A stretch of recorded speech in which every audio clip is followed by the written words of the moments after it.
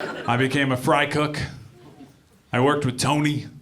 I knew right away I wasn't going to get along with Tony because he called himself Tony.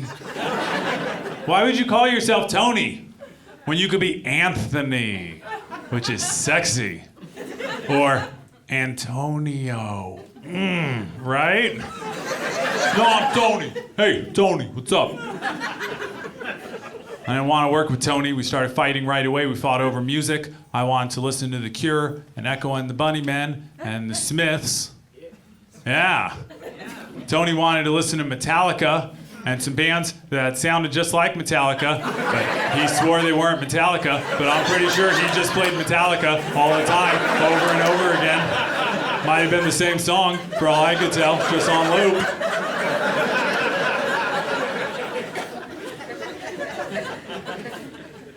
And what Tony and I did is we pressure fried your chicken. If you've ever tried making chicken at home, you wonder why it's not as good as Kentucky Fried Chicken. It's because they don't just deep fry it, they deep pressure fry it, which is a special thing. We would drop a huge thing of chicken into this giant vat of boiling grease, and then we would shut it and we would lock it in. And the pressure would build up and push the greasy goodness right down to the bone. So it's moist and delicious. But to get that chicken back out of there, you've got to release the pressure, which means you have to hit a button and something comes spraying out of it that I can only describe as grease steam. And grease steam is a phrase that should not exist. And the little valve with the grease steam, which way do you think it sprayed? That way? No, because that might damage the wall of the restaurant. Boom, right in the teenager's face. It's cool, we don't have problems with our skin. It'd be great. My goal in life is to find the engineer that designed that valve and kill them. So I'm working with Tony with our giant vats of grease. I was a terrible employee. I run to the back whenever I'm inspired to scribble down some words of poetry. Back there writing something Robert Smith derivative, no doubt. And then I come around the corner and I see something shocking. I see Tony, and he would appear to be standing next to the giant vat of boiling grease, holding his middle finger submerged, yeah, in the hot oil. Okay, your faces say that you want me to explain this. You want to know what the heck is really happening with Tony's finger and the vat of grease, and that's exactly how my brain felt at the time. What is this? My brain offers up, maybe Tony has a prosthetic finger. My brain says back to my brain, oh yeah, that's great, genius. We've worked with him all this time. We never noticed he had a prosthetic finger. He has shown us that finger on numerous occasions. We would have noticed. My brain says, okay, brain, then what's your solution? We're watching a teenager cook his finger? And then my mouth says, all right, brain, stop fighting with yourself. Let's just ask him, Tony, what's going on? And Tony looks up from this majestic thing and says, oh, this? It's nothing, bro. And he pulls his finger out, he shakes it off, and he gives me a good, solid look at it. And I look and I see this brown, crispy, fried up finger. And I almost pass out. The lights dim, I lose my balance a little bit. And Tony makes it worse. Tony reaches over and he grabs it and he pulls off the outer layer and he splats it at my feet. And I'm looking at this and I'm struggling to keep my chicken little sandwiches in my stomach. And I look back up at him, and I'm expecting to see a skeletal finger with a few pieces of gristle maybe hanging from it. But what I see instead is Tony smiling and a pretty normal-looking, slightly pink teenager's finger. To which I say, oh my God, Tony, you beautiful bastard, show me how you did that now. Because I loved horror movies. I was into Tom Savini and the whole splatter thing. I was like, I want in. Tony says, it's easy, bro, check it out. And he walks over and he puts his finger in the batter that we battered the chicken with. And then he goes over to the flour with the Colonel's secret herbs and spices. He flours his finger up nice and thorough. And then he shows me his finger again.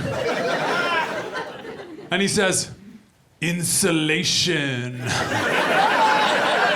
And Tony pops it down in the fryer. He says the secret is to wait until it's about as hot as you think you can take, and then go 1 second longer. And pull it up. Voila! And I go, that's fantastic. And I run over and I do 2 fingers, because I gotta one-up Tony. There you go, you bastard. And Tony and I became friends. We bonded. We bonded all the next month. Deep frying our phalanges in the back kitchen of Kentucky Fried Chicken on Douglas Boulevard in Roseville, California. We did our thumbs, we did peace signs, did the shocker, just going nuts back there. And I liked Tony. It was important to me to tell Tony that I liked him. And one day Tony's leaving at the end of his shift. I said, hey Tony, I want to talk to you. Tony turns around and goes, oh, what's up, bro? I said, Tony, I just want you to know I really enjoyed working with you this last month. I feel like we've become friends, and I really like you. And Tony says, that's cool, bro. I like you too. Glad we worked together. That wasn't satisfying. What I wanted was to tell Tony that I loved him. Which is a very hard thing for 2 16-year-old heterosexual boys to express in Roseville, California in the 80s. It just wasn't the culture to say, I love you, bro, you know? So I said it the way that we said it. I said, Tony, I want you to know that I went out and actually bought a copy of Metallica's Ride the Lightning, and that's an amazing album. I really like it. And Tony took it the way I meant it, and he said, bro.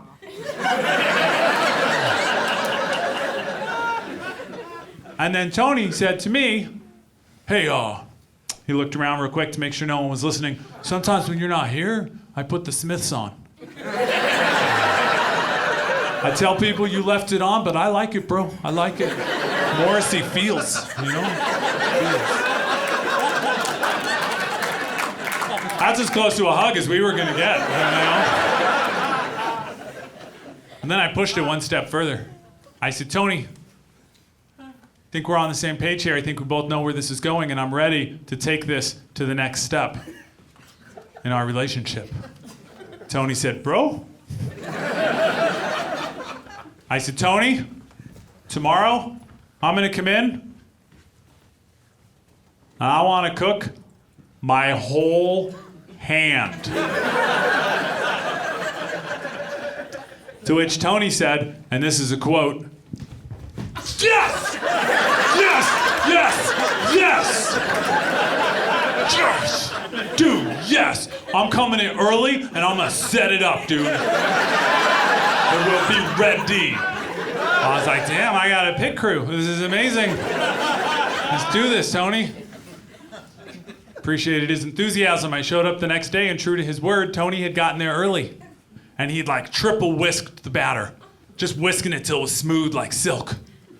And he'd been there sifting the flour over and over again, just getting all the lumps out of the flour, just so beautiful and smooth. And my favorite part was him chasing the day cooks away from it. Get up off of that flour, that's Keith's flour. Back off, punk.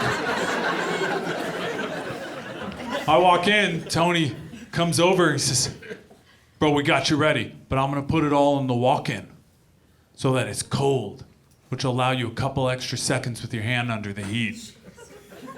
Tony, you are a genius. Moves the stuff to the walk-in, him and I go about cooking up some food, doing our thing. We come to a little lull. Tony says to me, you ready, bro? I said, it's a good day to die. Tony gets the stuff out of the walk-in, he sets it up, and then Tony, to my amazement, walks over and takes me by the wrist. And then Tony walks me, holding my wrist, over to the batter. And Tony submerges my hand in the batter and then pulls it out. And Tony gets down on one knee and he studies it front and back between the fingers, really inspects it to make sure there's no thick spots, no bubbles. Then it gets Tony's stamp of approval. And then Tony moves it over to the flour. And Tony puts it in the flour and he so carefully, gently flours my hand. You ever watch those cooking shows and you see a chef handling a chicken breast and all the women watching are like, if only he touched me like that. That was the care that Tony put into thoroughly, evenly flouring my hand. And again, he pulled it out, he got down on one knee and he inspected it front and back. Gave it the thumbs up, said, we're ready to do this.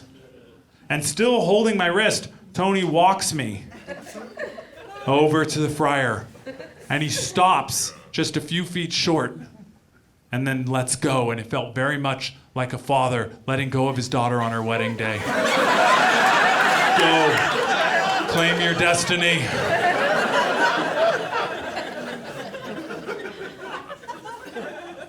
And there I was, standing with my beautifully battered and floured hand, holding it over a vat of boiling grease. This would probably be a good point in the show, for insurance purposes, to say, do not try this.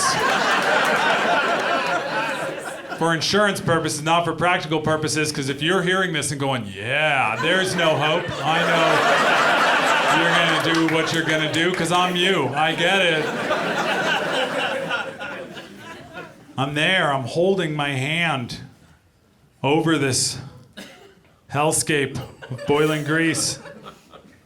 My hand, my right hand, a 16-year-old boy's best friend in the world. And I have a first-person view in my memory banks of me lowering that hand into the boiling grease, watching my arm disappear at the wrist. I can't wait for senility for that memory to kick back around. You know? Did you take your medicine, Grandpa? Did I ever tell you about the time I cooked my hand? All right, that's a no, Grandpa, that's a no.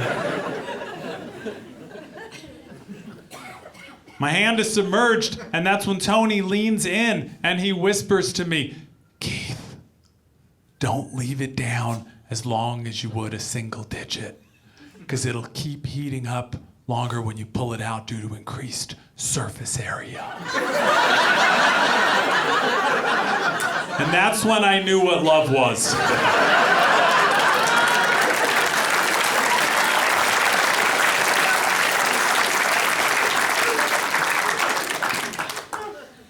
I remembered his warning, got pretty hot, I pulled it out, I shook it so that no hot grease would run down my arm, because safety first.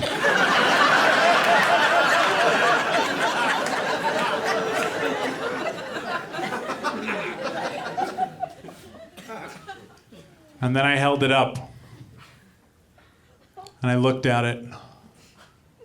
Now, ladies and gentlemen, I mentioned that I wrote poetry. I've been in a band or two. I've dabbled in painting. I'm a stand-up comedian, and I have written a book. I have yet to create anything that could rival the beauty of that perfectly browned, original recipe, Kentucky Fried Hand.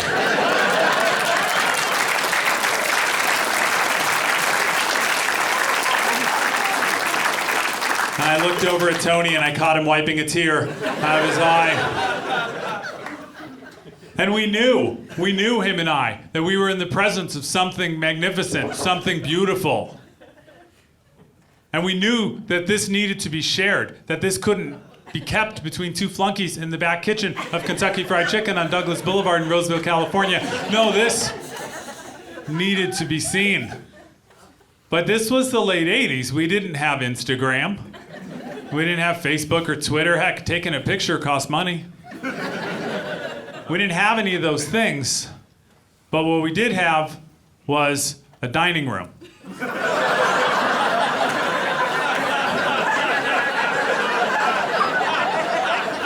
And I hatched a plan. I decided that in my apron and my cook's hat, I would grab my hand around the wrist and I would run screaming through the restaurant.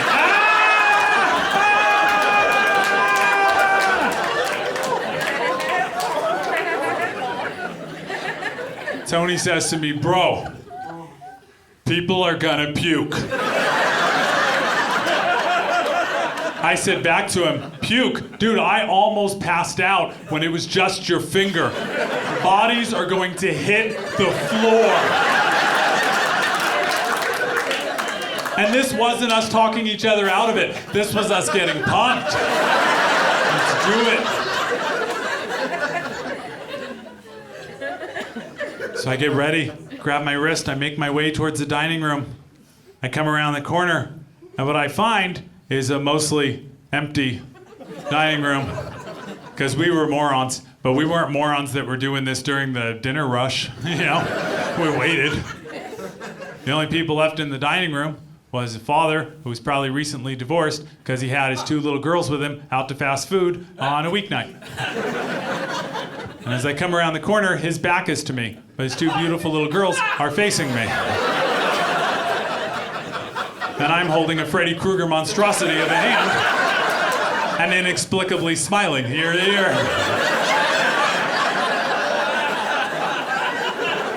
And I see their little eyes get enormous in their heads and both of their mouths open and neither of them can manage to scream. And they look at their father for help, but he's chasing that last little piece of coleslaw around a styrofoam cup with a spork and just not managing to get it. He's no help to them. They look back up at me, and all of a sudden my hilarious joke didn't seem that funny. So I just abandoned ship and went back on into the kitchen. Yeah, right. Not the right thing to do. Seemed like the right thing to do at the time. Only later did it occur to me how wrong of a thing it was to do. Here, little children, see mind-bending gore while you eat your dinner. Now watch me disappear slowly back into the kitchen. And please know that no one will ever believe you that this happened.